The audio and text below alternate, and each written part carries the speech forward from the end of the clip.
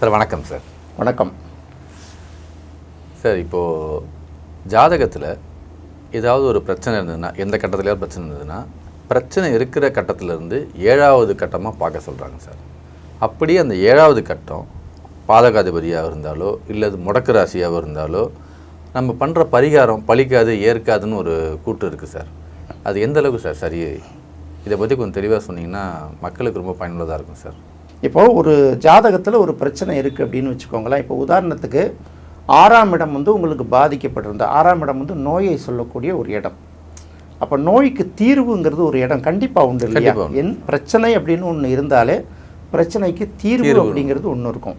முதல்ல என்ன பண்ணணும்னா இங்கே என்ன பிளான் பண்ணணும் அப்படின்னு கேட்கும்போது, உங்களை நான் வீழ்த்தணும், நீங்கள் என்னுடைய எதிரி, உங்களை நான் வீழ்த்தணும்னா என்னால் வீழ்த்த முடியல. அப்போ நான் என்ன பண்ணுவேன்? உங்களுக்கு எதிரி யாருன்னு பார்த்து தானே நான் போய் சேருவேன். எதிரிக்கு எதிரி நண்பன்.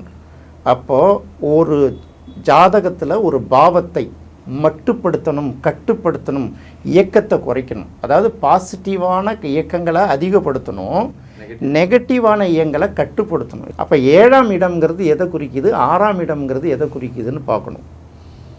ஜாமக்கோள் பிரசன்னத்தில் பார்த்துட்டு வரும்போது 7ஆம் இடத்தை தீர்வாக எடுப்பாங்க. ஆனால் நம்மளுடைய இந்த ஜாதகம் ஜென்ம ஜாதகம் இருக்குல்ல, ஜென்ம ஜாதகத்துக்கு 7ஆம் இடம் தீர்வு கிடையாது. இதை ரொம்ப புரிஞ்சுக்கணும். ஏன் அதை நான் சொல்கிறேன்னு கேட்டிங்கன்னா, இப்போ சரலக்கணங்களுக்கு 11ஆம் இடம் பாதகஸ்தானம், ஸ்திரலக்கணங்களுக்கு 9ஆம் இடம் பாதகஸ்தானம், உபயலக்கணங்களுக்கு 7ஆம் இடம் பாதகஸ்தானம்னு சொல்லிட்டு எல்லா லக்கணங்களுக்குமே 2ஆம் இடமும் 7ஆம் இடமும் மாரகஸ்தானம்னு ஒரு விஷயத்த சொல்லிடுவான். பொதுவாக பாதகத்துக்கும் மாரகத்துக்கும் வித்தியாசம் இருக்குது இல்லையா? பாதகஸ்தானம்னா உங்களுக்கு மரணத்தின் பிடி வரைக்கும் கொண்டு போய் தள்ளிடும். ஓகே, இதோட உன் வேலை முடிஞ்சது, கிளம்பு, அவனோட உயிரை எடுக்கிறது என்னோட வேலை அப்படின்னு சொல்கிறது மாரகம். ஒரு படத்தில் ஒரு சமூக சேவகரை ரொம்ப சீரியஸாக ஹாஸ்பிட்டலில் கொண்டு போய் சேர்ப்பாங்க. அவரை முதல்ல காப்பாற்றுமா அந்த படத்தில் வர்ற வில்லன். ஏன் அவங்க இந்த அளவுக்கு நல்ல மனுஷன் சொல்லிட்டு காப்பாற்றின பிறகு அவன் நீ காப்பாற்றக்கூடாது, என் கையால் உயிர் போகணுங்கிறதுனால அவனை நான் காப்பாற்றணும்னு சொல்கிறாங்கல்ல, அதுதான் மாரகாதிபதி செய்கிற வேலை. அப்போ 7ஆம் இடம் பரிகாரம் அப்படிங்கிறது ஒரு ஜாதகத்தில் அதுவே ஏற்க முடியாத ஒரு சப்ஜெக்ட்.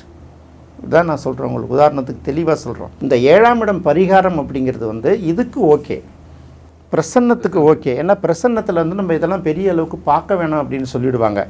ஜாமக்கோள் பிரசன்னத்துக்கு அது ஓகே. ஏன்னா அதுலேயும் பார்த்தீங்கன்னா உள்கட்ட கிரகம் இருக்குது, வெளிக்கட்ட கிரகம் இருக்குது, ரெண்டுத்தையும் வச்சு தான் நம்ம எடுப்போம். இப்போ இங்கே பார்க்கும்போது ஜென்ம ஜாதகத்தில் 7ஆம் இடம்ங்கிறது யார்? மனைவி, நண்பர்கள் எல்லாமே அதுதான் குறிக்குது. எதிரியும் அதான், அதையும் எடுக்கணும். ஆனால் உண்மையான எதிரிங்கிறது ஒரு ஜாதகத்தில் 6ஆம் இடம் தான் எதிரி. 6ஆம் பாவத்தை பற்றி சொல்லும்போது கடன், எதிரி, நோய். அப்போது உங்களுக்கு எதிரி யாருன்னா உங்களுக்கு 6ஆம் இடம் தான் உங்களுக்கு எதிரி. அப்போ உங்களை அடக்கணுன்னா உங்கள் எதிரிகிட்ட போகிறதா, உங்கள் ஒய்ஃபுக்கிட்ட போய் உங்களை அடக்க முடியுமாண்ணா? உங்கள் நண்பர்கிட்ட சொன்னால் உங்களை அடக்க முடியுமா? அப்போ உங்களோட எதிரிகிட்ட தானே போகணும். அதனால தான் எதிரிக்கு எதிரி நண்பனுங்கிறதுனால ஒரு பாவத்தை மட்டுப்படுத்தணும்னா அதுக்கு 6ஆம் இடத்தை ஆக்டிவேட் பண்ணணும். இப்போ புரியும்னு நினைக்கிறேன். புரியுது சார். அதாவது மட்டுப்படுத்தணும்னா அப்போ ஒரு நோய் உங்களுக்கு இருக்குன்னா நோய்க்கான தீர்வுக்கு 6க்கு 6.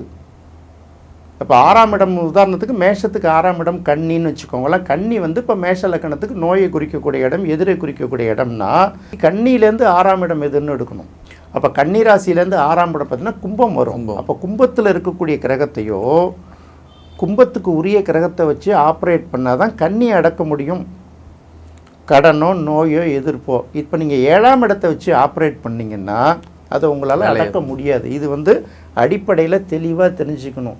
இதை நீங்கள் தெளிவாக தெரிஞ்சுக்கணும் அப்படின்னு பார்த்தீங்கன்னா, இப்போ நோய் இருக்குன்னு சார் ஒரு மனுஷனுக்கு 6ஆம் இடம் தான் நோயை சொல்லக்கூடிய ஒரு இடம்.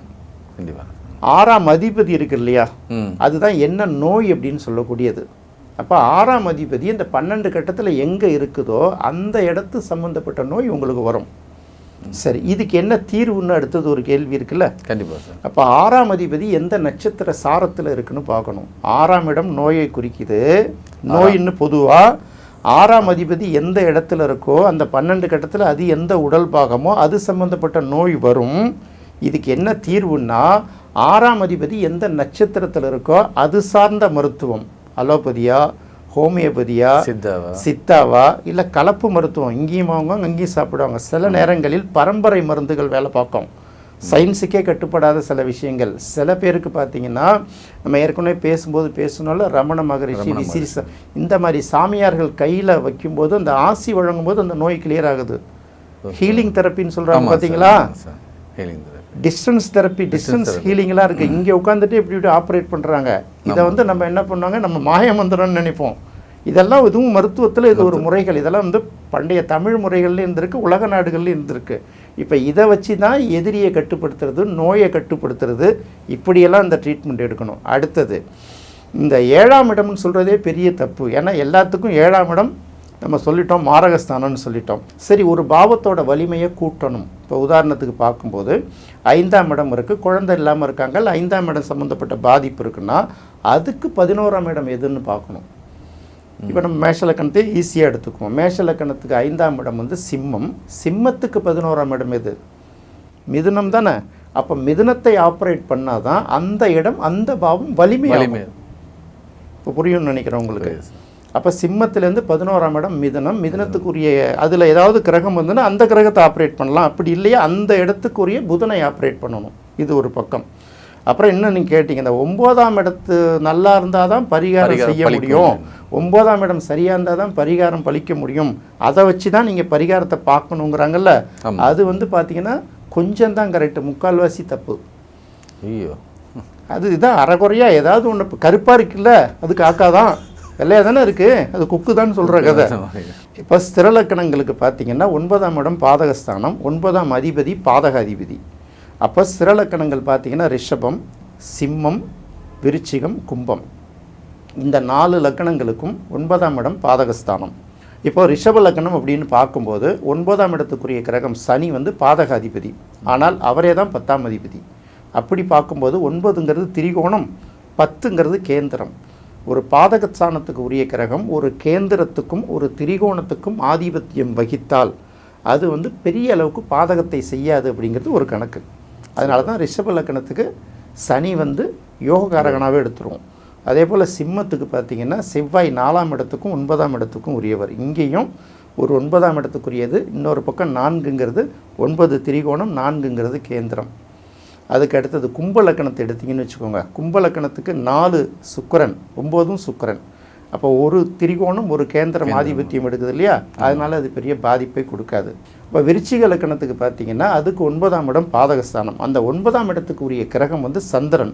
சந்திரனுக்கு இந்த 12 வீடுகளில் ஒரே ஒரு வீடு மட்டும்தான், அது வந்து வேறு கேந்திர ஸ்தானங்களுக்கு ஆதிபத்தியம் வகிக்காததுனால அது வந்து முழுக்க அது பாதகத்தை தான் செய்யும். ஸோ அதனால் 9ஆம் இடம்னு கண்ணை மூடிக்கிட்டு எடுத்துட முடியாது. அதாவது ஜோதிடத்தை கொஞ்சோண்டு தெரிஞ்சுக்கிட்டு அதை எல்லாம் தெரிஞ்ச மாதிரி உருட்டுறது ஒன்று இருக்குல்ல. இப்போ நமக்கு கீழே வந்து அந்த ஆட்கள்லாம் யாருன்னு கண்டுபிடிக்கலாம். நம்ம கமெண்ட்டில் பார்த்தீங்கன்னா அவனே வருவான், உருட்டும்பான், யாருன்னா அந்த தரப்புலேருந்து வரும். அப்போது இதெல்லாம் கணக்கில் இருக்குது. அப்போது ஒரு பாவத்தை ஆப்ரேட் பண்ணும்போது ஒரு பாவத்தை கட்டுப்படுத்தணும். நெகட்டிவ் பாவத்தை கட் பண்ணுறதுக்கு 6ஆம் இடத்தை ஆப்ரேட் பண்ணணும். ஒரு பாவத்தை வந்து நல்ல பாவத்தை ஆக்டிவேட் பண்ணுறதுக்கு 11ஆம் பாவத்தை ஆக்டிவேட் பண்ணணும். இந்த 11ஆம் பாவம் பாதகஸ்தானமாக இருந்தால் பலன் அளிக்காது. சரளக்கணங்களுக்கு எல்லாமே 11ஆம் இடம் பாதகஸ்தானம். அப்போ இவங்க சொல்கிறது பரிகாரம் சொன்னால் கேட்க மாட்டான், அவன் தப்பாக போற்றிவான், ஒன்று கேட்பான். உனக்கு முதல்ல பரிகாரம் சொல்கிறதுக்கான தகுதி ஓன் ஜாதகத்தில் இருக்கா, முதல்ல அதை பார்க்கணுமா வேணாமா? அதையும் பார்க்கணும். ஜோசியம் பார்க்குறாருல, ஜாதகம் பார்க்கக்கூடிய ஜோசியம் ஜாதகம் எப்படின்னு முதல்ல தெரியணும்ல. அவன் ஜாதகத்தில் குரு சுக்கிரன் கெட்டு போயிருந்ததுன்னு வச்சுக்கோங்களேன், அவன் என்ன பரிகாரம் சொன்னாலும் பலிக்காது, நெகட்டிவாக போகும். இந்த மாதிரி உட்காந்து மேடையில் ஆர்ப்பாட்டமாக பேசுகிறாங்க பார்த்தீங்கன்னா அப்படி தான் இருக்கும். குருவும் சுக்கிரனும் கெட்டு போயிருக்கவங்க ஜாதகத்தில். அதுதான் இப்படி வந்து பில்டப் கொடுக்குறது. சாதாரணமாக இருக்கிறவங்க பேசாமல் இருப்பாங்க. உடற்கூறு ஆய்வியல் மாதிரி கிரகங்களை தனித்தனியாக பிரித்து போட தெரிஞ்சாதான் உங்களுக்கு முதல்ல பரிகாரமே தெரியணும்.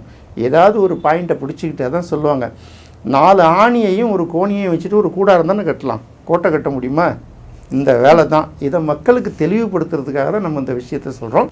சரி, இப்போ பரிகாரத்தை பற்றி சொல்கிறவங்க பாதகஸ்தானமும் மாரகஸ்தானத்தை பற்றி தெளிவான புரிதல் இருக்குன்னு தான் சொல்லணும்னு சொன்னீங்க சார். அது மட்டும் இல்லாமல் பரிகாரம் சொல்கிறவங்களுடைய ஜாதகத்தில் குருவும் சுக்கிரனும் கெட்டு போகாமல் இருக்கணுன்றதை ரொம்ப தெளிவாக சொன்னீங்க சார். ஒரு மிகப்பெரிய விழிப்புணர்வாக இருந்தது சார் இது. ரொம்ப நன்றி சார். வணக்கம் சார். நன்றி.